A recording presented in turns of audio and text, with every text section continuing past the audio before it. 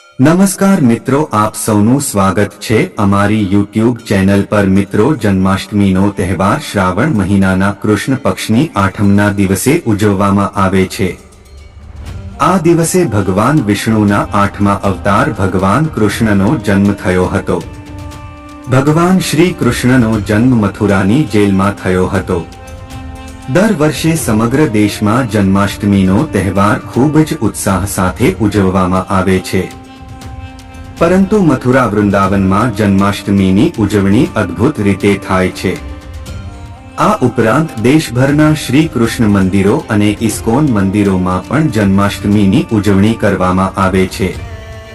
આ વર્ષે કૃષ્ણ જન્માષ્ટમીનો તહેવાર સોમવારે 26 ઓગસ્ટ 2024ના રોજ ઉજવવામાં આવશે। તેમજ આ જન્માષ્ટમી પર અનેક શુભ યોગો બની રહ્યા છે, જેના કારણે ઉપવાસ અને પૂજા કરવાથી અનેક ગણું ફળ મળે છે।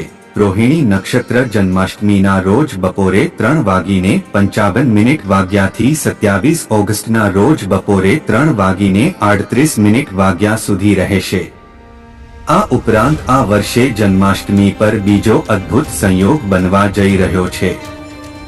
આ વર્ષે જન્માષ્ટમીના દિવસે ચંદ્ર વૃષભ રાશિમાં રહેશે, જેમ કે ભગવાન કૃષ્ણના જન્મ સમય હતો। તેથી જન્માષ્ટમીના દિવસે રોહિણી નક્ષત્ર અને વૃષભ રાશિમાં ચંદ્ર હોવાથી શુભ ફળની પ્રાપ્તિ થશે। સોમવારે જન્માષ્ટમી ખૂબ જ શુભ માનવામાં આવે છે। સોમવાર અને બુધવારે જન્માષ્ટમીને શુભ માનવામાં આવે છે।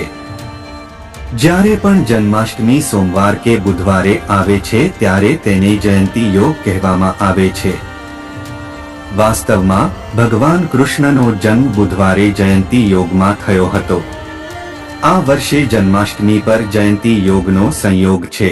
જન્માષ્ટમી પૂજાનું મુહૂર્ત પંચાંગ અનુસાર ભાદ્રપદ કૃષ્ણ અષ્ટમી 20મી ઓગસ્ટની વહેલી સવારે 3:40 કલાકે શરૂ થશે અને 20મી ઓગસ્ટની રાત્રે 2:20 કલાકે પૂર્ણ થશે।